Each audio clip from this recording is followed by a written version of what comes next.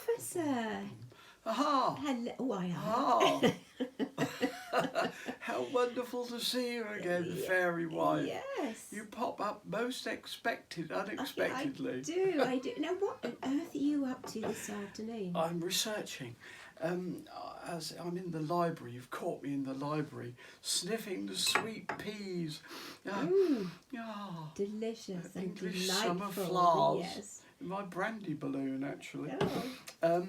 But I'm looking at some of these books here because, you know, I'm very interested in bringing the past alive as best I can. And incredibly, these books here, I don't know if you can see these two books, they tell the story. Can you see that one? P.V. Glob? Yes, Professor P.V. Glob. I'm not sure of his name. Polyvinyl Glob. You couldn't make it up, could you? No, but they're wonderful books. Yes. This is The Mound People. I could see that. Whose bodies have been found in mounds in Denmark. Yes. And this is the Bog People. Oh, the Bog People. Yes, whose bodies have been found in bogs. As the name suggests. Yes, they were buried in bogs, and because they are in anaerobic conditions, yes, they are beautifully preserved. I mean, how far back are we talking about? 5,500 years, 5,000 years. Goodness me. So Bronze Age, really. Yes.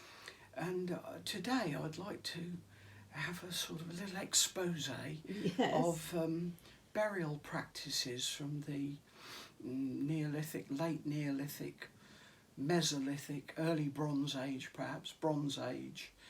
The sort of, I mean, we're talking of several thousand years here, yes. So burial practices changed. But it's a very interesting subject because, of course, from people's burials, you can tell a lot yes. about their beliefs. Yes. And we here in the British Isles are very blessed to have some of the largest of the man-made monuments of northwestern Europe, like Silbury Hill and yes. and Avebury, the West Kennet Long Barrow, Stonehenge, to name but a few.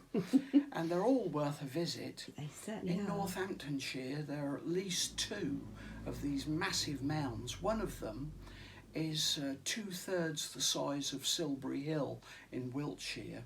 It's called Clifford Hill, and it's really worth a visit. There's another one in Badby Woods called Hazeley Knob. Oh, what fun. And it's a knob-shaped yes. mound. Yes. And it, we believe, we're not sure, of course, we can't know, it's all pure conjecture, but it may be that these mounds, like Silbury Hill, massive thing. They're like an upturned pudding basin, aren't yes, they? many thousands, many hundreds of thousands of hours of men, women and children working, you know, to build these massive mounds. No one knows what they were for. No. They weren't burial mounds, although, you know, Salisbury Plain and places all over the British Isles, there are burial mounds from this period. There's saucer barrows and bowl barrows and you know, all sorts, long barrows and round barrows, wheelbarrows. No, I'll just put the wheelbarrows in as I'm a keen gardener. But no, these barrows are places where the dead or parts of the dead or discarnated bodies were interred in the past. And luckily, as P.V. Glob's book will show, yes. they were buried with grave goods, which we yes. believe maybe that these people needed things or believed there might be some sort of afterlife, perhaps. We don't know. None of this is known. I can't claim to know any of this. It's only conjecture. But to bury a beautiful little comb like this, exquisite. It was slightly smaller than this, beautifully chip carved, and it's made of a piece of flattened cow's horn. Good which has survived in the ground for That's 5,000 amazing. years. And above it you can see here See if I can get a bit close. a piece Oh of my beautiful textile, Lord. Look at the fine which work. they call a scarf. They don't know it was a scarf, but it was around the head of a woman, Yes. a female burial. How And it's beautiful. beautifully woven in different colours, although it's all brown and sepia coloured now because it's been so long in peat water. In fact, it was probably originally mixtures of green lines and red lines and blue lines Oh, of and course, all yellow lines. vegetable dye. Yes, I suppose, vegetable dye. yes. The yellow would have been weld, the green would have been a mixture of woad and weld. These are all the red would have been madder root, Yes. and so very beautifully made, and then carefully interred with the departed. Yes. So Granny had got something to keep her head warm while she was While she was journeying to yes, the to next, wherever. Yes, the next destination. Yeah, we can't know, of course, what people's beliefs were, but they were carefully interred with innumerable artefacts. And I've got a picture here in Polyvinyl Glob's book, and it shows the Professor. Ectved girl's costume. And this was a girl who was about 16 or 18 years old, and she was buried with a beautiful woven woolen sort of top and this string skirt and a belt. I mean, these are beautifully made. They may well have been brightly coloured, although they're all brown now, but they are 5,000 years old. Didn't they do well to survive? What a lovely little shimmy skirt. Well, yeah, you know, I wish that I could shimmy like my sister Kate. Oh, look at She shimmies like a jelly on a plate. And here's her hair tie. Yes. She didn't look so pretty, although she may have been very beautiful. Her hair survived Yeah, perfectly, extraordinary. although her body was tanned and her bones had liquefied, Yeah. but her body was still largely intact. So it's just beautiful It and is. exquisite and incredible that it could have survived. Here's another picture of a sort of a tunic and a cloak with the revers turned back and a very nice woolly hat. Oh, what a rather Quite fetching stylish, hat. yes. Yes, very And these are fetching. some of the artefacts that were buried with this chap. Yes. He was an elderly sort of man. He was about 60s, Yes. about my age. Absolutely Have to zonked out have he to was. bury you with all your great Yes, I goods, hope my so. dear. Yes. Because you see, like the Egyptian Book of the Dead says, you know, none have returned. We must all take that dark path from which none have returned to tell us what is needful there. So we don't know, you know, these are, you know, the beliefs of our ancestors.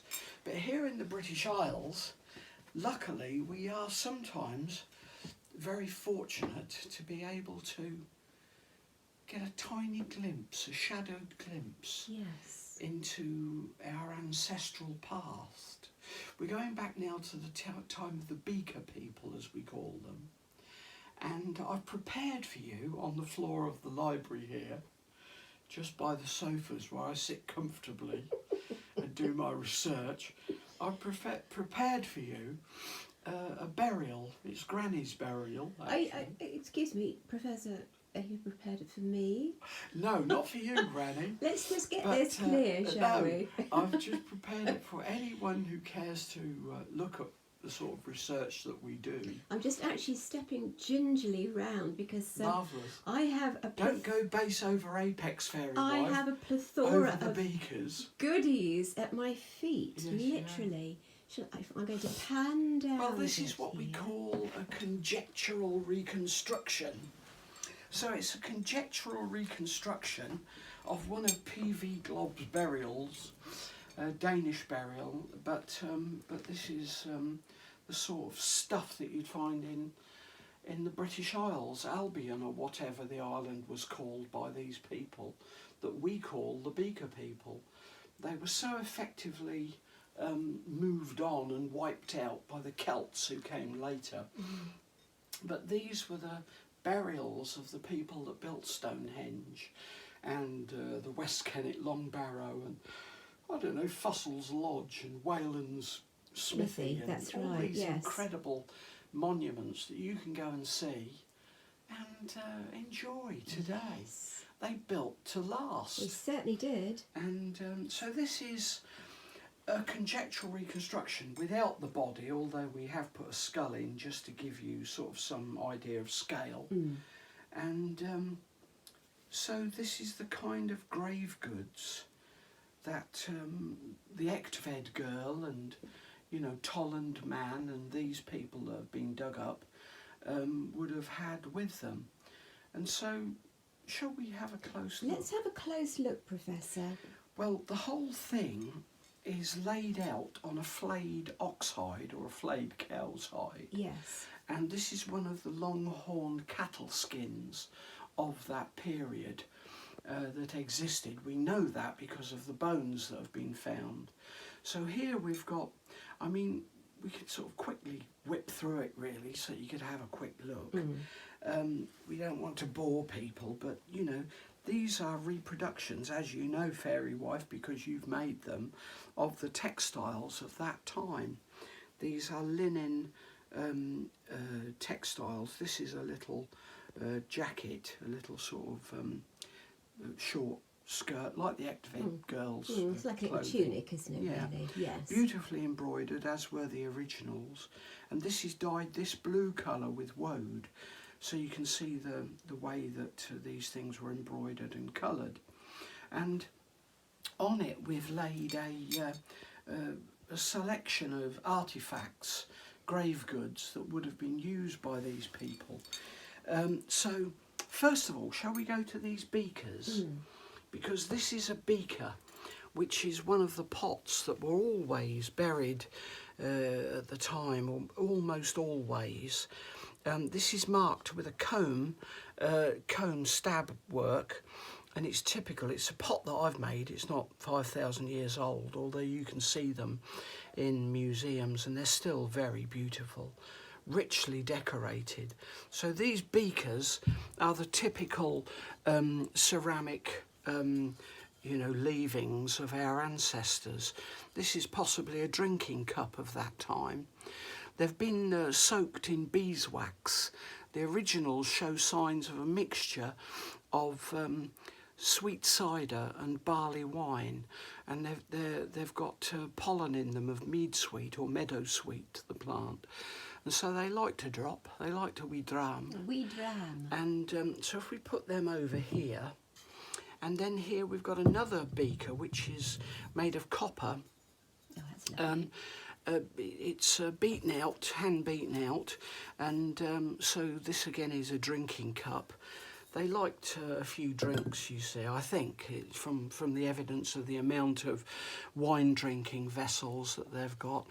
This is an old, perhaps a family heirloom pot from a slightly earlier period, late Neolithic period, that may have been passed down, you know, father to son, mother to daughter, as perhaps even a thing to give drinks to the gods with.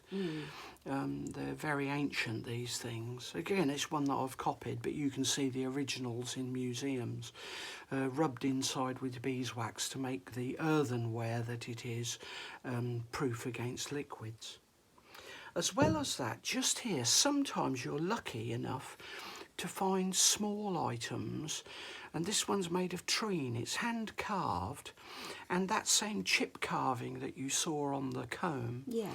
it's a very common motif in these spirals and circles. So it's a little jug, perhaps, That's a dear little a thing. little thing that Granny might have had her last drink out of before Nice. she took that dark path that all must travel. Yes. So that's something that, of course, would rot away almost completely, unless you're lucky enough to find it in anaerobic conditions. It's a beautiful thing, part of our collection. Now then, let's have a look. What else have we got? We've got a brooch here, which is called a penannular brooch, almost a circle in Latin. Yes. That's what we call it. We don't know what they called it. All their tongue has gone forever, sadly. Although some of the river names that we now enjoy may have been the names that our most ancient ancestors gave to these rivers. So this is a little brooch to hold a cloak together, perhaps. We'll put these things over here. This is a spearhead or a knife blade. You can see there's a little hole there to rivet it on, perhaps with a bone peg or a wooden peg, or sometimes with a bronze rivet. It's a beautiful little bronze knife blade. It could be used as a knife, and it's very sharp still.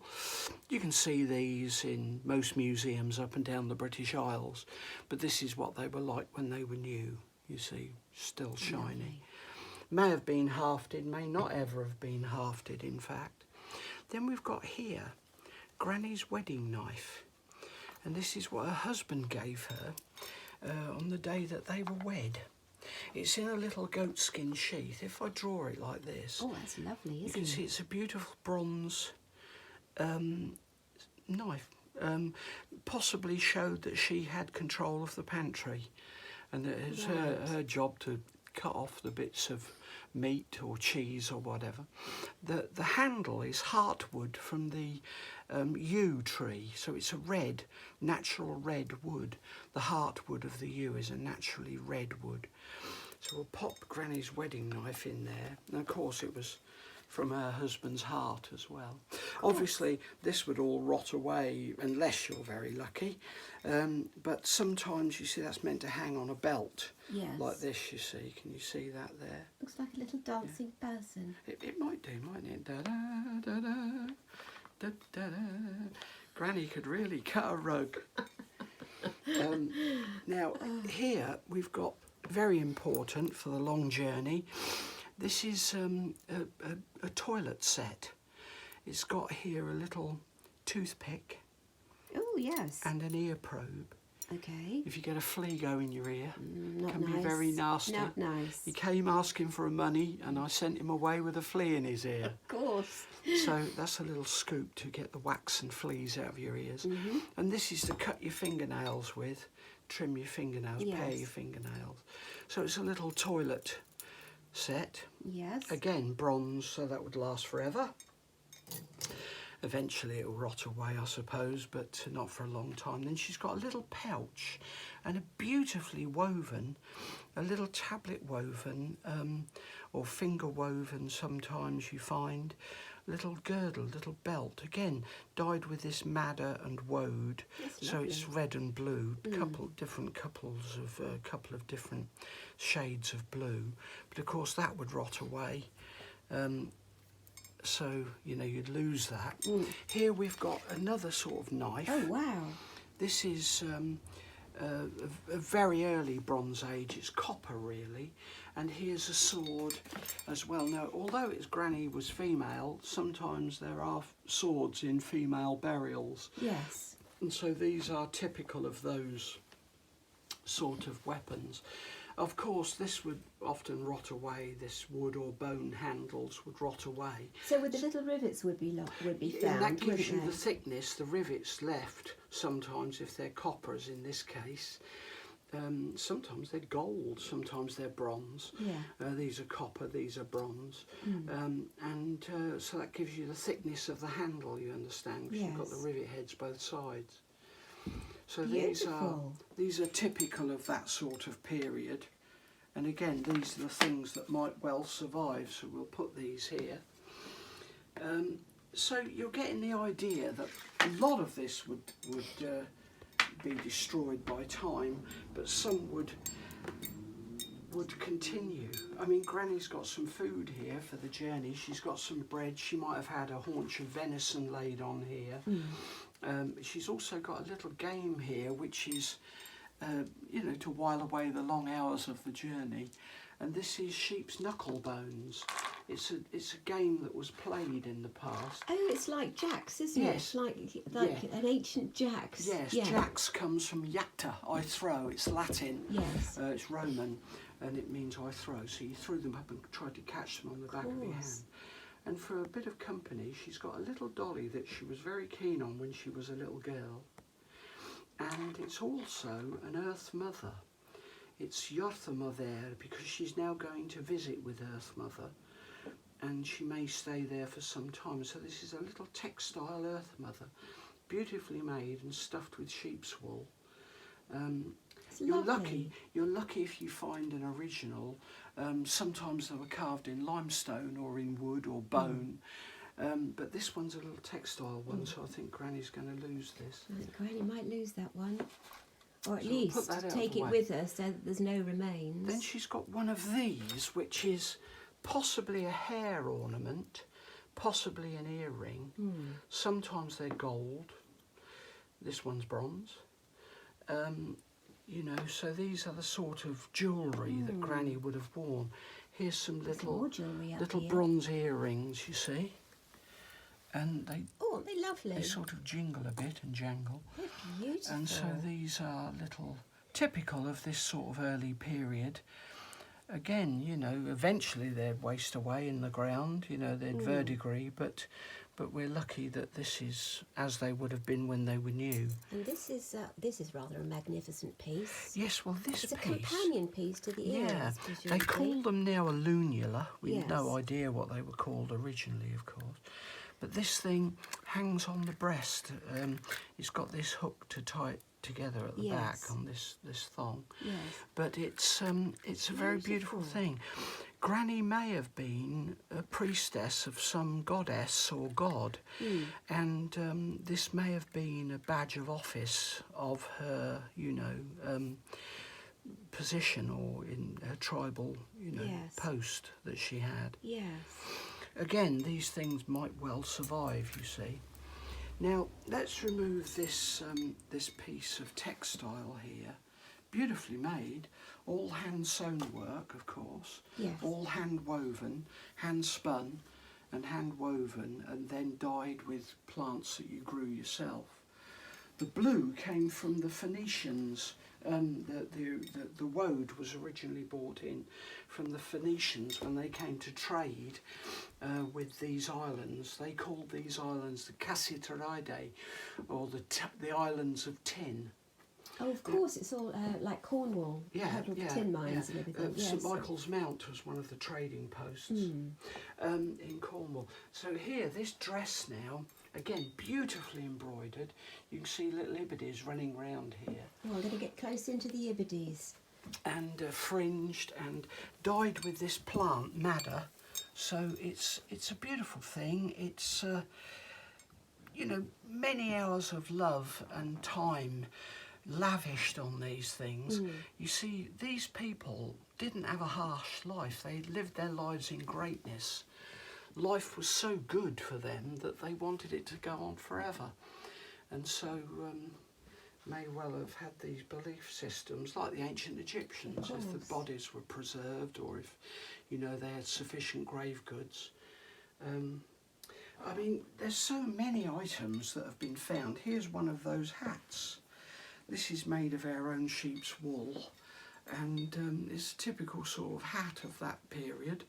You wear it Robin Hood fashion. You can turn the front down or the back down or up or whatever, and it's sheep's wool. It's what we nowadays call the sheep that we call the Manx Lochtan, means mouse brown colour. And this is like that one that you saw in P.V. Glob's book. And it's quite a stylish hat. Very stylish. Stick a feather in it and it's quite beautiful. It's magnificent. And tilt it, it makes you sort at a rakish and raffish angle. It makes you much taller, yes. Yes, it would, yes, because these people were quite short. About 5'3" was normal for a woman, perhaps 5'6" for a man. Yes. Here, this headdress, it consists of beads. And the beads are this stuff here, which is a pre-glass form of glass. It's called faience, we call it nowadays. Ancient Egyptian mummies from the same period as this had faience beads. It's almost glass, but not quite, and coloured blue with lapis lazuli that came from Afghanistan. Here we've got little bone beads, you can see here, carefully carved bone beads. So in fact, again, this represents hundreds of hours of work. Yes. You know, you might think they look like plastic nowadays, but they're churned out by the million. But these are handmade. Every single one is different from every single other one. Yes. Every little bead is unique. I like these beads.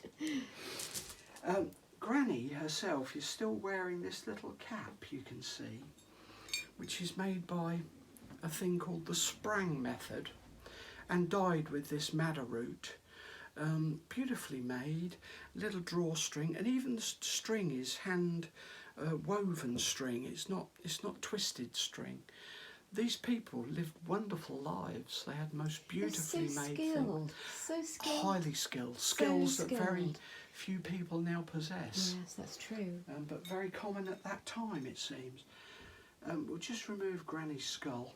Look, her mouth's open again. She was always talking. Bye-bye, She Granny. always had a... The last word. Always. But not today. Not a lot of tea. So now let's just remove this here. So what we're doing is taking away the stuff that wouldn't survive. She's got a pair of shoes. She don't know how far she's got to walk. Cowhide shoes or deerskin, sometimes goatskin shoes. Very lucky if you find one. You know, because they rot away. They just rot away, quickly. of course. Yeah. Here at the bottom here, there's a tub with another beaker sort of pot. It may have been for taking a drink. It may have been full of this lovely mixture of sweet cider and barley wine. Proper rocket fuel, that is. Whoa. And it gives you a sort of a divine madness if you drink enough of it. Yes, I've tried it. Yes. But anyway, so there's the tub that it's held in. This is a tub of strips of wood, barreled, coopered, you know, very beautifully made, and bronze or copper bands in this case. So we'll put that over there. The copper bands might survive, but obviously the ceramic would probably survive. But you know, this here is a wonderful thing. I'll show you this. It's an up and over. It's quite a, because you don't know what it's going to be like where Granny's going. It might be cold, and so this is a very nicely hand spun and hand woven little jacket that she can put over her head. The head goes through here, you see, that's the front. And you put a belt round it, and then you've got a nice little sort of tunic, keeps you warm. It's very thick woven wool. You know, hand spun and hand woven, meant to be really warm and really serviceable. Yes. So I mean, again, this would probably not survive. So what have we got? Yes, what actually have we got archaeologically? When all is said and done, quite a bit, but nothing to what we would have originally seen. Yes. We know that from P.V. Glob's work, this hide of this cow's hide, some of the burials were in August because there's fly strike, there's maggot chrysalises.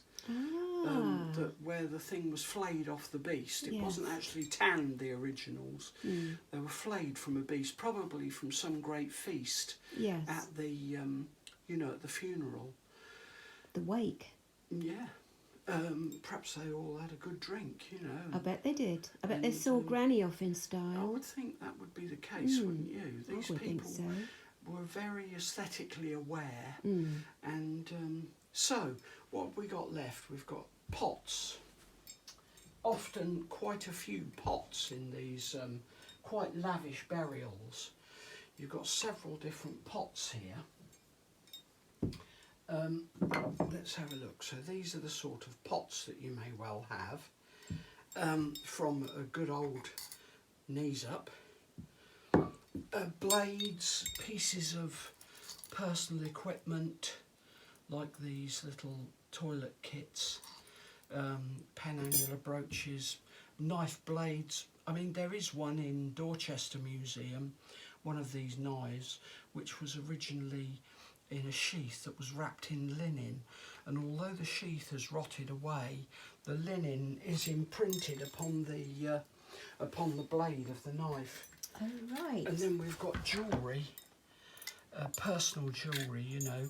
This may be significant of something. It may be that the Ectved girl was a priestess of some deity, and that these were her dancing clothes, her doing dances for the goddess. We don't really know. Earrings and these sort of things. So this is the kind of stuff that you find.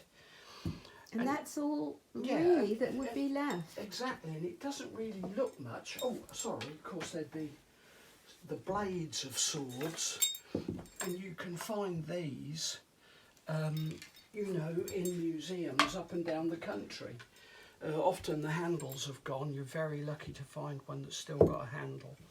But these are the sort of bits of kit. Now, that doesn't look much. It may contain a few arrowheads, a few stone knives as well. Actually, Professor, could you move textile, dolly and bread out of shot? Because, yeah, that's interesting, isn't it? Look, that's just all that's left. So, you know, it's worth thinking about what they may have put into these burials. I mean, these cups could well have been full with perhaps a skin or a membrane over the top tied round to give Granny a drink for the journey. Yes. No one has returned from that dark path to tell us what is needful there. But she may have had, I don't know what, candles and tapers or a torch, you know, to light her way. It might have been a dark path, and it may have been day and night, you see. Yes. We don't know. The fact is, the more we know, the more we realise we don't know. But what we've tried to do here, you know, for you today, is to get you thinking. Yes. These people weren't scruffs. They didn't live their life was nasty, brutish and short, as used to be believed. They lived their lives in greatness. And the work involved, I can tell you from making these things myself, it's a fabulous panoply of grave goods. Yes. And so have fun with history. Yeah, these are our most ancient ancestors. You know, when the Celts came, they were pushed out to the west and to Ireland and to Wales and to Cornwall, and so the Celts then sort of took over. Diversity is our strength, multiculturalism, if you like. But these people were wonderful people. They had a wonderful culture, and we love it. These were our earliest ancestors here in these islands. Yes. God's bless them all. God's bless them all. And actually, it's just to give you a taster, isn't it? When you visit these places, the more we learn about them, you got the more flavour. we love them. Yeah. And as you say, every time we visit these great sites, you should come away with more questions than you've answered. Because the more you see of them, the more incredible they become. What an island we have. What a land, what a planet, but what a land indeed. And so these are the Beaker people.